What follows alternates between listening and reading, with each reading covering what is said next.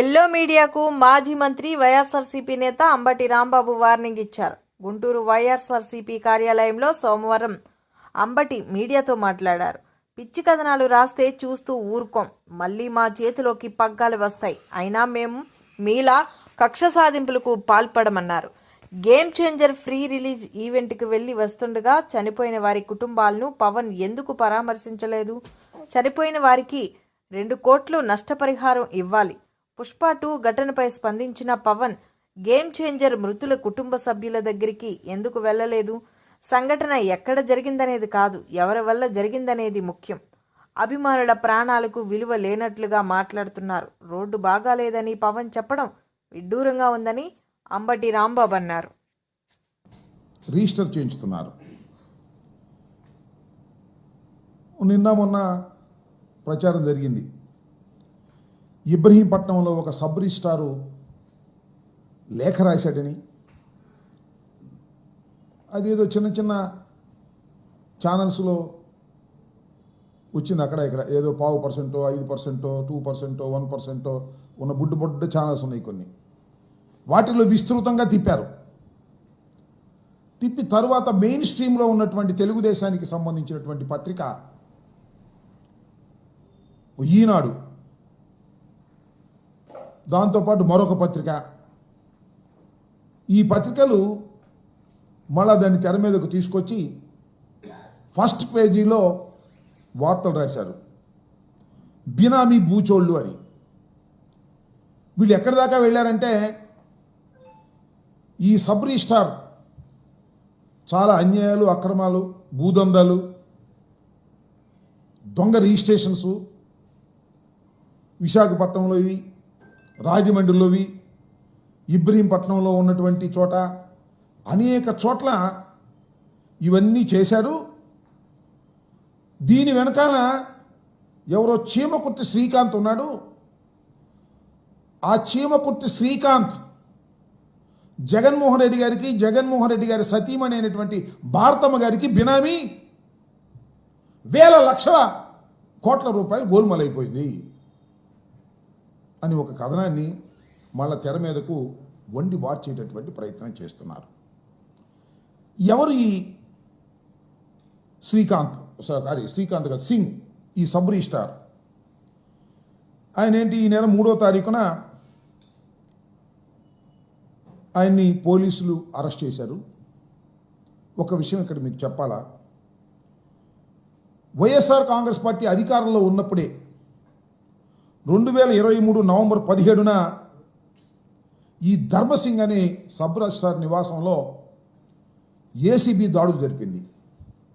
ఇతను ఆదాయానికి మించినటువంటి ఆస్తులు ఉన్నాయని, అవినీతి విచ్చలవిడిగా చేస్తున్నాడనేటువంటి ఆరోపణలు రావడంతో 2023 నవంబర్ 17వ తారీఖున, అంటే వైఎస్ఆర్ కాంగ్రెస్ పార్టీ అధికారంలో ఉన్నప్పుడు ఈయన మీద ఏసీబీ దాడులు చేసింది, ఇంటి మీద సోదాలు చేసింది, ఆయనకున్నటువంటి పలు ప్రాంతంలో ఉన్నటువంటి ఆస్తుల మీద దాడులు చేసింది.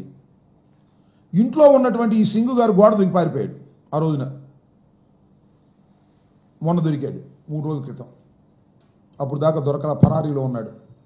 ఎవరు ఈ సబ్ రిజిస్ట్రార్ సింగ్ అంటే, ఆయన పేరు పెద్ద సింగ్, దాని పేరేంటి, ఆయన బాలనాగ ధర్మసింగ్. ఈయనేంటి ఆయన కథ అంటే, 2014 నుంచి 2019 వరకు విజయవాడ ప్రాంతంలోనే సబ్ రిజిస్ట్రార్గా ఉన్నారు. చాలా అవినీతి ఆరోపణలు ఆయన మీద వచ్చాయి. వైఎస్ఆర్ కాంగ్రెస్ పార్టీ ఆయన మీద యాక్షన్ తీసుకోవడానికి ప్రయత్నం చేస్తే పారిపోయి మొన్న దొరికాడు 3వ తారీఖున. దొరికిన తర్వాత ఆయన కోర్టులో ప్రొడ్యూస్ చేశారు. ఆయన కోర్టులో ప్రొడ్యూస్ చేసిన తర్వాత ఆయన రిమాండ్కి పంపారు. రిమాండ్ నుంచి ఒక అద్భుతమైన లెటర్ రాశాడండి. ఎవరికి? చంద్రబాబు నాయుడు గారికి, వాళ్ళ అబ్బాయి లోకేష్ గారికి ఒక లెటర్ రాశాడు. ఏమని? ఇవన్నీ కూడా శ్రీకాంత్ చెప్తే నేను చేశాను, శ్రీకాంత్ దీనిలో బాధ్యుడు. ఎవరు ఈ శ్రీకాంత్ అంటే మళ్ళా ఎల్లో మీడియా రాస్తూ ఉంది. శ్రీకాంత్ అనే వ్యక్తి జగన్మోహన్ రెడ్డి గారి సతీమణికి సన్నిహితుడు. అంటే చుట్టి మళ్ళా జగన్మోహన్ రెడ్డి గారి సతీమణికి చుట్టేటటువంటి ప్రయత్నం చేస్తున్నారు. ముందేమన్నారంటే ఈ శ్రీకాంత్ అనే వ్యక్తి సజ్జల రామకృష్ణారెడ్డి గారి బినామీ అని ముందు ప్రచారం చేశారు. అరే అది చాలదులే, ఇంకొద్ది పెంచుదామని చెప్పేసి జగన్మోహన్ రెడ్డి గారి మీద, ఆయన సతీమణి మీద రాయడం కోసం మళ్ళా వండారు. నేనంట అయ్యా వండేవాళ్ళు కాస్త జాగ్రత్తగా ఉండండి అయ్యా, కాస్త ఎడిటింగు స్క్రిప్టు కరెక్ట్గా రాసుకోండి. ముందే సజ్జల పేరు చెప్పడం, తర్వాత మళ్ళా జగన్మోహన్ రెడ్డి గారి పేరు చెప్పడం, ముందే జగన్మోహన్ రెడ్డి గారి మీద పేరు చెప్పేటట్టుగా మీరు ఏర్పాటు చేసుకోవాలి. ఆయన ఒక లెటర్ రాశాడు జైల్లో నుండి. జైల్లోంచి లెటర్ ఎటు వచ్చిందో నాకు అర్థం కాల. Is in remand Khaidi, ACB కస్టడీలో ఉన్నాడు, యాంటీ కరప్షన్ బ్యూరో కస్టడీలో. ఒక అద్భుతమైన లెటర్ రాశాడు. ఆ లెటర్ అంతా కూడా జగన్మోహన్ రెడ్డి గారి మీద, ఆయన సతీమణి గారి మీద, లేకపోతే మన ఈ శ్రీకాంత్ చీమల శ్రీకాంత్ మీద రాసేటటువంటి ప్రయత్నం చేసి దాన్ని గిరగిర దిప్పుతున్నారు మీడియాలో అంతా కూడా. దీనిలో నాకు భలే ఆశ్చర్యం వేసిందబ్బా. ఈనాడు రాశారు, చక్కగా మంచి రైటర్ని బట్టి రాసినటువంటి పాత్ర ఇలాగే. అది ఒకసారి చదివి వినిపిస్తాం మీకు. అదేమిటి అంటే, అతన్ని బెదిరించారంట. ఎవరిని? ఈ సబ్ రిజిస్ట్రార్ సింగ్ గారిని బెదిరించారంట వైసీపీకి సంబంధించినటువంటి నాయకులు. ఈ శ్రీకాంత్ గారు కానీ మరొకరు కానీ ఏమని బెదిరించారో తెలుసా?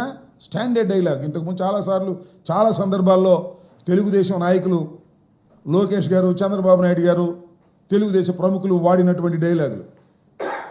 కరోనా సమయంలో మాస్కులు అడిగిన డాక్టర్ సుధాకర్కు ఎలాంటి గతి పట్టిందో మీకు అదే గతి పడుతుందంటూ బెదిరించి ఆస్తులను రిజిస్ట్రేషన్ చేయించుకున్నారని సీఎం చంద్రబాబు గారికి రాసిన లేఖలో ఈ ఎల్బిఎల్డి సింగ్ పేర్కొన్నాడు.